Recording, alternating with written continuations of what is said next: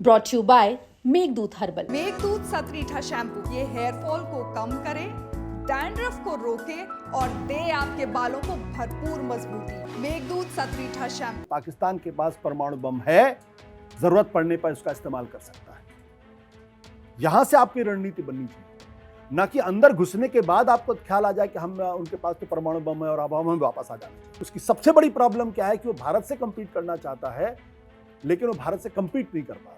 जो रोज कहते हैं कि ड्रैगन को तो हाथी ने उठा के पटक दिया, अब तो ड्रैगन कांप रहा है, चीन के यहां मतलब थरथर थरथर हो रहा है।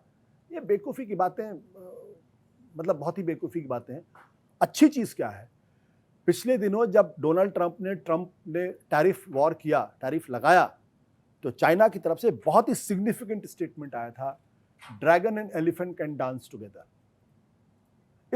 ये जो सेंटेंस है, ये चाइना की तरफ से मैसेज है कि let's come together and fight America, use that. लेकिन अगर आप एक तरफ जाके कहते हैं कि अब की बार ट्रंप सरकार, तो चाइना तो नाराज होगा।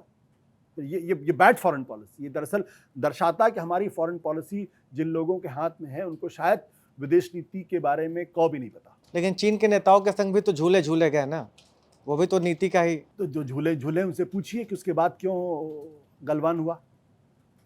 झूले झुलाना सही था या गलवान सही था? ये तो आपको भाई 1962 की लड़ाई ने हमको ये समझा दिया कि चीन पे भरोसा नहीं कर सकते, उसको झूला नहीं झुला सकते, उसके साथ as a matter of fact ही रिलेशनशिप हो सकती है। क्या आप एक दूसरे के सामने आइए, मुस्कुराइए और उसके बाद मन एक दूसरे को गाली देते रहिए। झूले झुलाएंगे तो फिर वही होगा, डोकलाम भी होगा और गलवान भी होगा और आप कुछ नहीं। सर, इस विषय पर मेरा आखिरी सवाल है, कश्मीर को लेकर अभी आप बात कर रहे थे, आप युद्ध के विरोधी हैं, शांति के पैरोकार हैं, और ये अच्छी बात है कि शांति, गांधी के देश में हर को शांति का पैरोकार है जी।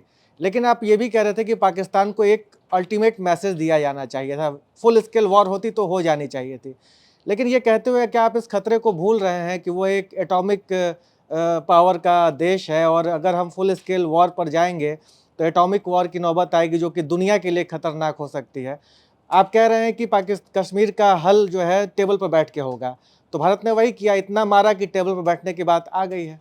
आप देखिए, मैंने एक बात की, मैंने कहा कि मैं युद्ध का समर्थक नहीं हूं, मैं शांति का समर्थक हूं। लेकिन मैंने ये भी कहा, अगर युद्ध इनएविटेबल है, अगर युद्ध पर आप उतर गए हैं तो फिर शत्रु को मिट्टी में मिलाकर ही उठिए वहां से, नहीं तो युद्ध के लिए मत जाइए।